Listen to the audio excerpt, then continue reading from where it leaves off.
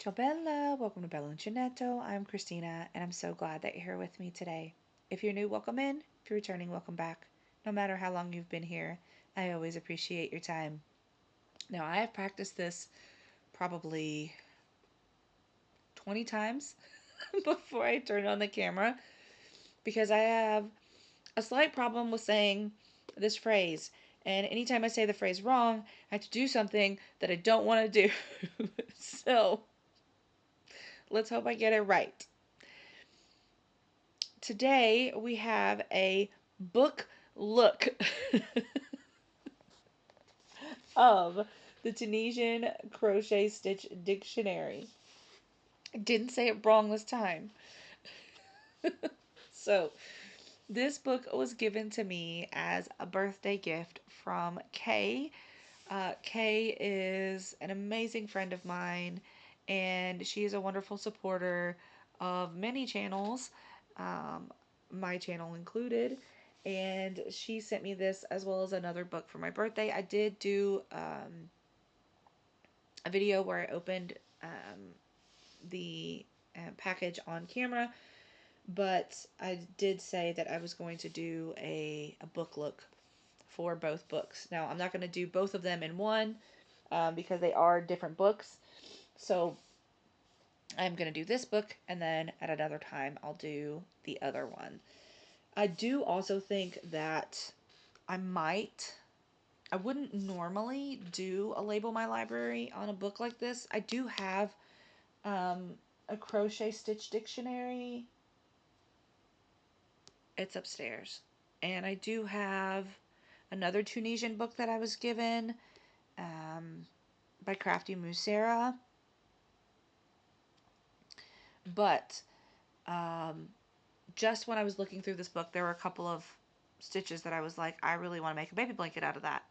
So I might even do a label my library on this at a later date and pick 3 stitches that may turn into baby blankets. So if you have no idea what Tunisian crochet is, there are lots of channels that focus on Tunisian crochet. There are lots of Tunisian crochet tutorials out there.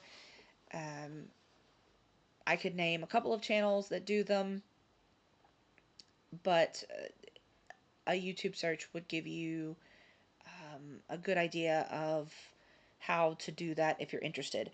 But Tunisian crochet uses a crochet hook, um, typically a longer one. Sometimes they're called Afghan hooks, and they kind of look like this. And they usually have like a little stopper on them, kind of like knitting needles might have. You might use stoppers for knitting needles, because with Tunisian crochet, it kind of blends, kind of, because I don't know how to knit at all. So if I say something incorrectly about knitting, please let me know kindly in the comments. Um, but in crochet, you do your stitches and you reach the end of the row, you chain one, you turn your work, right? And then you crochet. But in knitting, you don't really ever turn your work. You have a front side and a back side. And a lot of that has to do with if you're crocheting or if you're knitting across, you have all of these loops, right? And so you do like a front pass or a forward pass and then a return pass. Um, if you're knitting in the round or anything like that, I have no idea how any of that works. But in Tunisian crochet, the concept there is the same. You're using just the one hook, right, which looks like a really long crochet hook, but you don't turn your work typically. You will pull up the loops for the stitch however you're doing the stitch on the forward pass. So that's going usually from right to left in your work if you're right-handed. And then your return pass is going to be going, pulling those loops off in whatever manner the stitch calls for, right? On the return pass. So you always have a front and a back side of your work. So any sort of pattern or anything like that would usually be on the front side of your work, and then the back side of your work is a series of bumps or cross whatever you've done, right, to make that stitch on the back. So I personally really love Tunisian crochet. I've done several things. I usually make blankets or washcloths or things like that. I did do Jade Stitches had a Tunisian sampler blanket one year for one of her calendar blankets. She does a calendar blanket every year. And one year she did the Tunisian sampler blanket, and it was these different squares of Tunisian stitches. And I have it, actually, I use it as a cover for the bench of my dining room table on the back because it's a long wooden piece. And sometimes if I'm sitting up against that, it's painful on my back. So I have that on the back of there just kind of as a cushion for that. I was going to use it as a bigger blanket, but I did it in DK weight and it ended up being smaller than I intended. And that's okay. It's all right. But I couldn't use it as a blanket unless I was just going to cover my feet with it because it was small. So, anyway, um, there are people out there who do not like Tunisian. It is not their favorite. But I would encourage you, if you've never done it before, give it a try. You can make a simple washcloth, like some of the things on the cover of this book. You can make simple washcloths with just a regular crochet hook. So I would try that first before you go out and buy Tunisian hooks. I do have several Afghan hooks, but I also have Tunisian hooks. They're crochet hooks, but they have cables on them. So if I was doing a blanket of some sort in Tunisian, then I would have the cable to hold the stitches because the blanket would be longer than a crochet hook would hold the stitches. And that's usually why you have the Afghan hook, because it lets you hold all those stitches in a big long stick and then you can just move them forward and backward as you need to. So 7 minutes in and I haven't even opened the book. But um, I just thought that if you didn't know what Tunisian was and you were interested, you might want to learn a little bit so that you could understand kind of what I'm talking about in some of these things. So this is 150 essential stitches with actual size swatches, charts, and step-by-step photos. So one of the things that I noticed when I opened this book, when I got the package, was the table of contents. Um, it starts out with like your basic stitches and then it goes into intermediate stitches of different kinds. So they group them together, right? So you have the basic stitches, like I said, and then you have these fans and shells. And then you have relief stitches, which are like textured. And then you have some lace stitches. Let me make sure I didn't miss a section because this is all also in rainbow, which is cool. Oh, there's cables. I forgot the cables. There's cables up at the top on this side. And you have your relief stitches, which like I said are texture stitches. And then you have lace stitches, waves and chevrons, embellishments and edgings.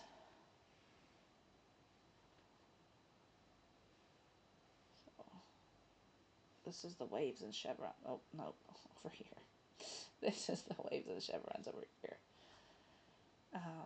So there's lots of different things here. I do like that it goes in kind of a rainbow order on and I say kind of because I mean they have like some beige and some pink and stuff in here, and then it goes into Tunisian crochet skills, and then so there's yarn equipment, special stitches, symbols, abbreviations, and then you have your index and such. So there is an introduction. And then there is this section that tells you how to read the book, which I appreciate because I don't read charts well, right? I'm learning with the mosaic patterns that I'm doing. I'm learning. But both of the mosaic patterns that I'm working on, the fairy dust and then the stag and the serpent, because part of the stag and the serpent is a mosaic and part of it's just regular crochet. But they kind of made their own symbols when they're dealing with the charts. So it's not like I'm reading the symbols that are well established symbols for charts. So I know what it's saying, but it's not like I could pick up a different chart for a different pattern and be like, oh yeah, it's saying this, because I wouldn't have the first clue. I do have a book. Oh, I'm sorry if you heard that. That was my stomach. Um, because I did want to start doing charts. I had an idea that I wanted to do. It didn't work out because the person who was making the yarns and the colorways stopped making the colorways that I needed to do the project, so I was never able to do it.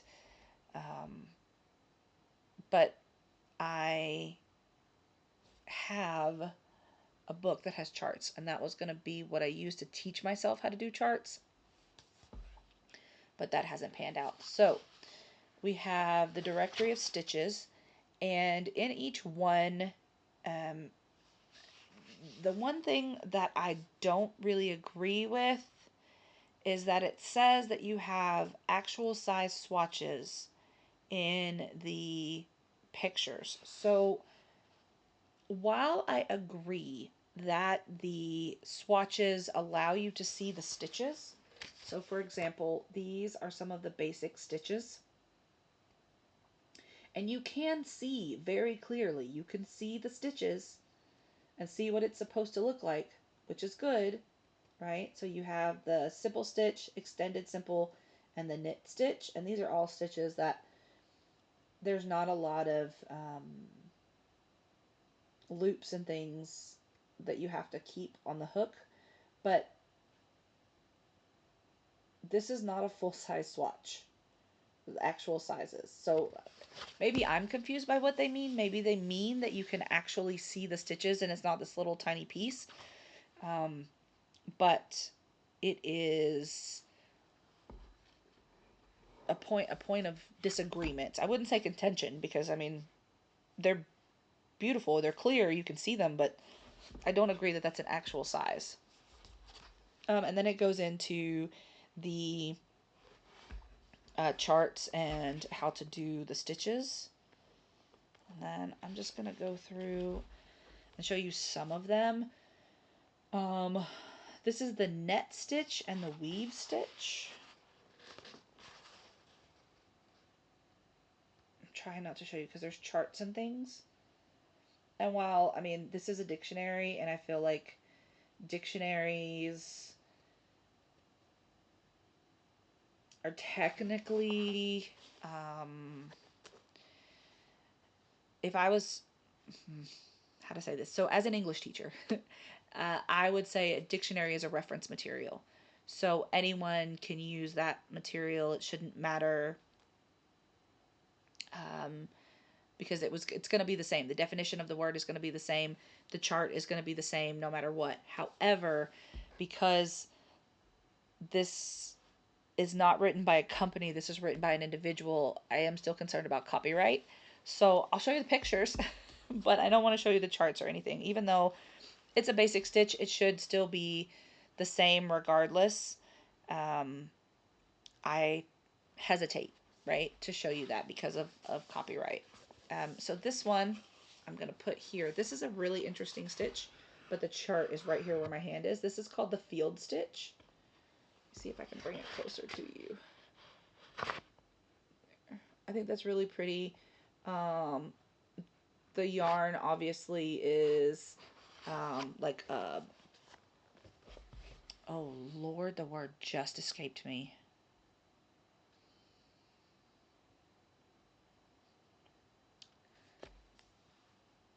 Not a striped yarn.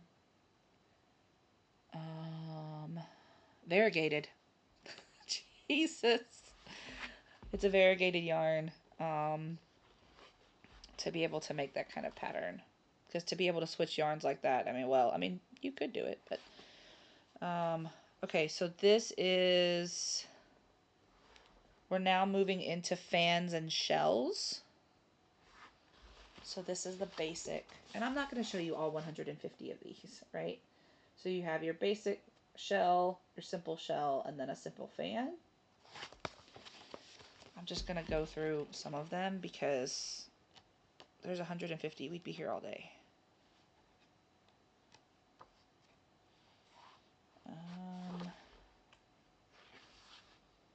Okay, so this is the fine weave stitch, which kind of looks like fans coming out. You can see the little pieces here, here, and here, right? That's an interesting one.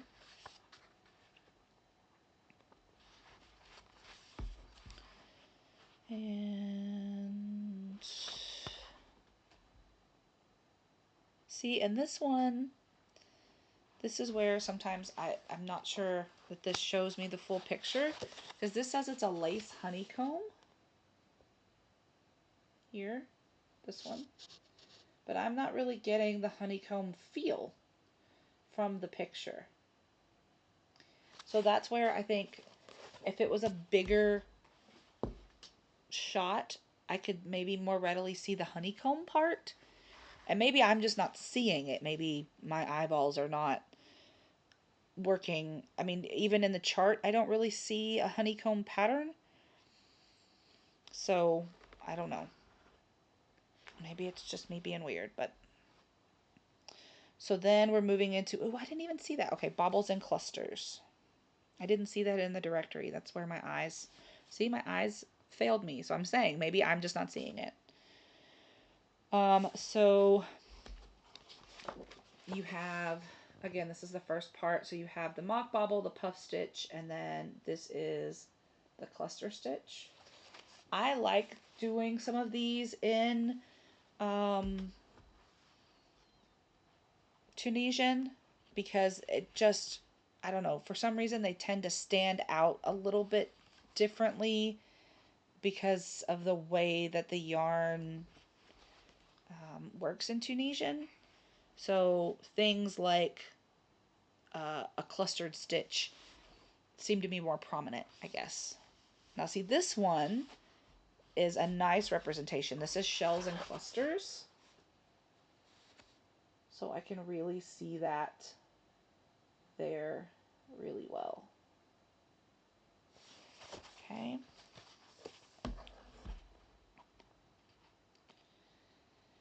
And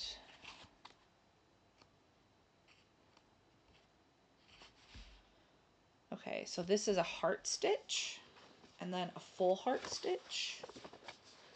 Let's see if I can. I'm trying to cover up the. Okay, so you have the heart stitch here and then the full heart stitch. That's really pretty. I like that. That would make a really pretty blanket. Okay, this is one that I saw and I thought would make a really cute baby blanket. It's called the Star Stitch. And then the other one is Staggered Stars. So the Star Stitch I thought would make a really pretty baby blanket. And then the Staggered Stars look interesting too, but I thought the Star Stitch would be pretty as a baby blanket.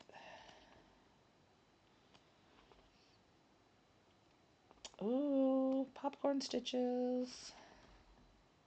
Okay, now we're into cables. There aren't a lot of cables, but so this one is called the garlic braid. I'm trying to cover up the thing here. So this one's the garlic braid.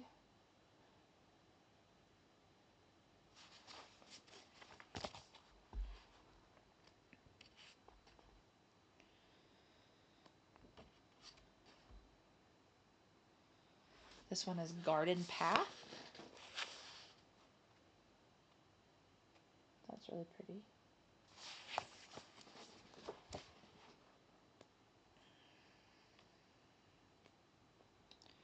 Okay, so now we're getting into some of the relief stitches. So these are going to be some of the textured stitches. Now I did this one, Jada and Stitches did this stitch, and I really, really like this stitch in Tunisian, the basket weave stitch. It is stunning in Tunisian. I mean, it's beautiful in regular crochet as well. And I don't know about knitting because I don't know knit stitches, but it is absolutely beautiful in Tunisian. Um,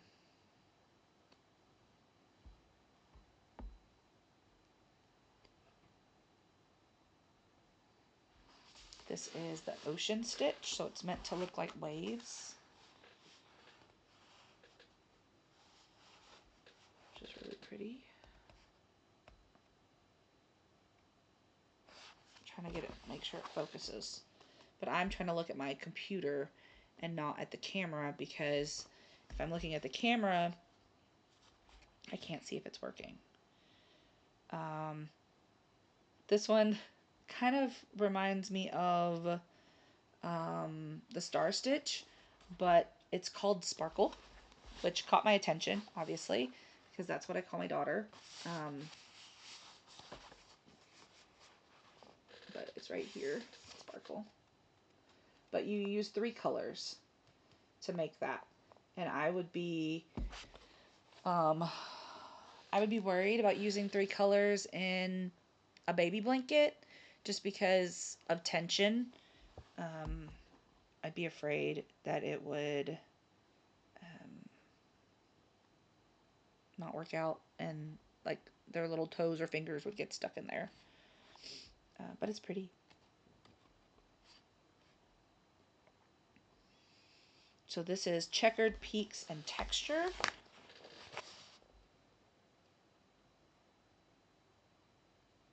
Really lovely. Ooh, there's a chart there.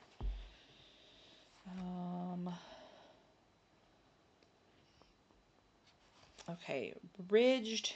This is, yeah, still relief stitches. Ridged bamboo, extended purl, and small check, like a checkered thing. So you have all 4 of those. I like the bamboo the most out of these 4. And purl is a knit term. You don't purl in crochet, but you do purl in knit. So there are some things that end up being a blend of knit and crochet in Tunisian. Okay, so now we're getting into some of the lace stitches.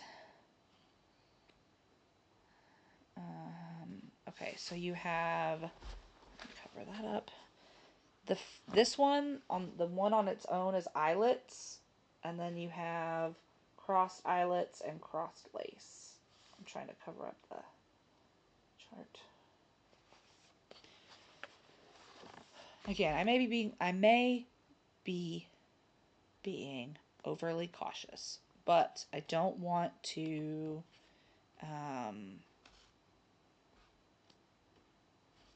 put out anyone's hard work. I mean, because this is a lot. Even doing all of these, I mean, I can imagine even doing all of these swatches and the pictures and the write-ups and all of that. So I don't want to take away anyone's hard work. So this is diamond lace. Here. That's pretty. I wouldn't use it for baby blanket though because of the holes, but it's pretty.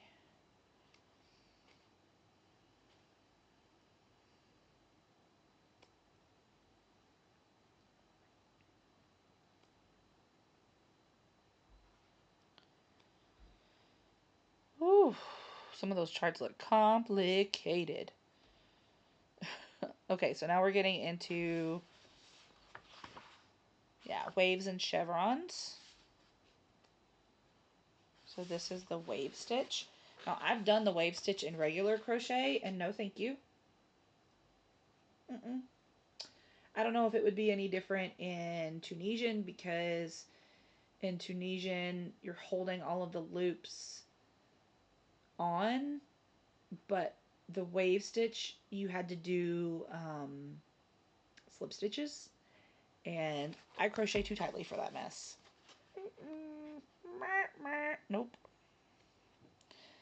So maybe it would be different in Tunisian. I don't know, but I'd rather not. Okay, so this is a shell wave and a honeycomb wave. So that's the honeycomb wave. And that's the shell wave.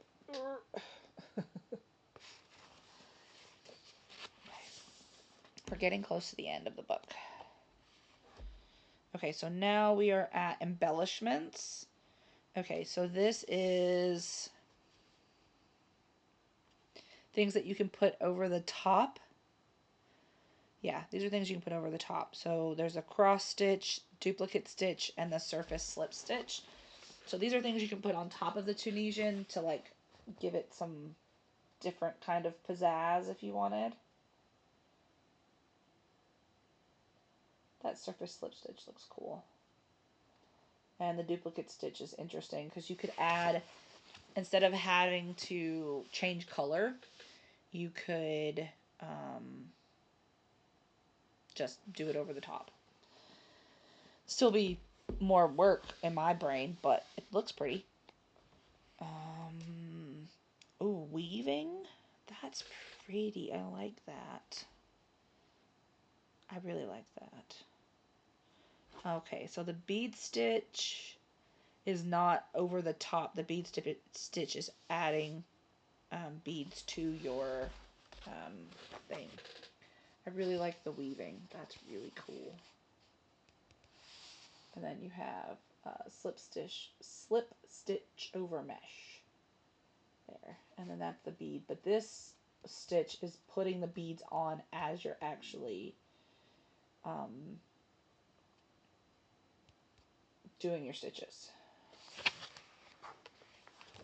Okay. And now we're on edging. So this is some of the edging.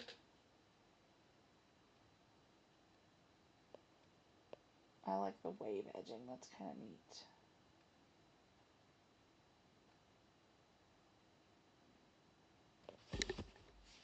I'm not a fan of like tassels and fringe and things, so I like having a nice border to my project. Okay, yeah, so this is the last of the edgings. Striped edging, puff edging, lace edging, and seed edging.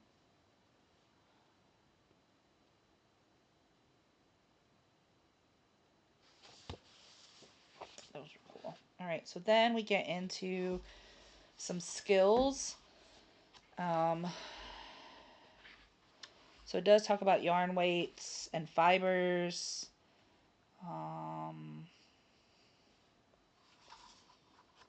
Which is interesting. It gives you, okay, so these are some examples of the hooks. So again, you have the Afghan hook, which is this one. It has a stopper at the end. Then you have the double-ended hook here, which you can, with the double-ended hook, you can pull on one end, and if you're working in the round, you can like kind of pull it off the other end. And then the one with the cable. So like I have some of, not these particular hooks, but I have hooks like this that have the cables on them. And you usually see cables in knitting, but this would allow you to hold the stitches on. The Afghan hook tends to help with tension because you're holding it all on the same thing, whereas the cable is not the same thickness as your hook. So it depends on what you prefer, I guess. And then it talks about some of the other pins and scissors and stitch markers and cable hooks and things. So then it talks about how to hold the hook. I typically hold my regular hook like a pencil, but I don't do that for Tunisian. Tunisian, I'm more of a knife hold just because of the way that you go forward and then back. and you have to hold, all the stitches are on there. So it feels better for me to hold it like this as I'm going through. And then it talks about chaining and multiples, foundation rows. It shows you, again, some of the increases and decreases, how to join yarn. It talks about blocking. And then it goes into all of this about charts. So, like how to read charts. And this is in US terms. I don't know if there's a UK terminology for Tunisian. I have no idea. But, oh, it says right there, there is no worldwide standard, so you may find different abbreviations and symbols in other publications. Always read the list provided with the pattern you're using, like I did with my mosaics, before you start a project. American crochet terms are used throughout this book. Yes. Okay. So there's lots and lots and lots of stitches in here. All kinds of stitches for the charts. And then there's an index. So that is the Tunisian Crochet Stitch Dictionary. I hope that you all have enjoyed looking at this with me. I have enjoyed looking at it with you. And I hope to see you again very soon. Until then, be well, be safe, and be the change you wish to see in the world, everyone. Ciao bella!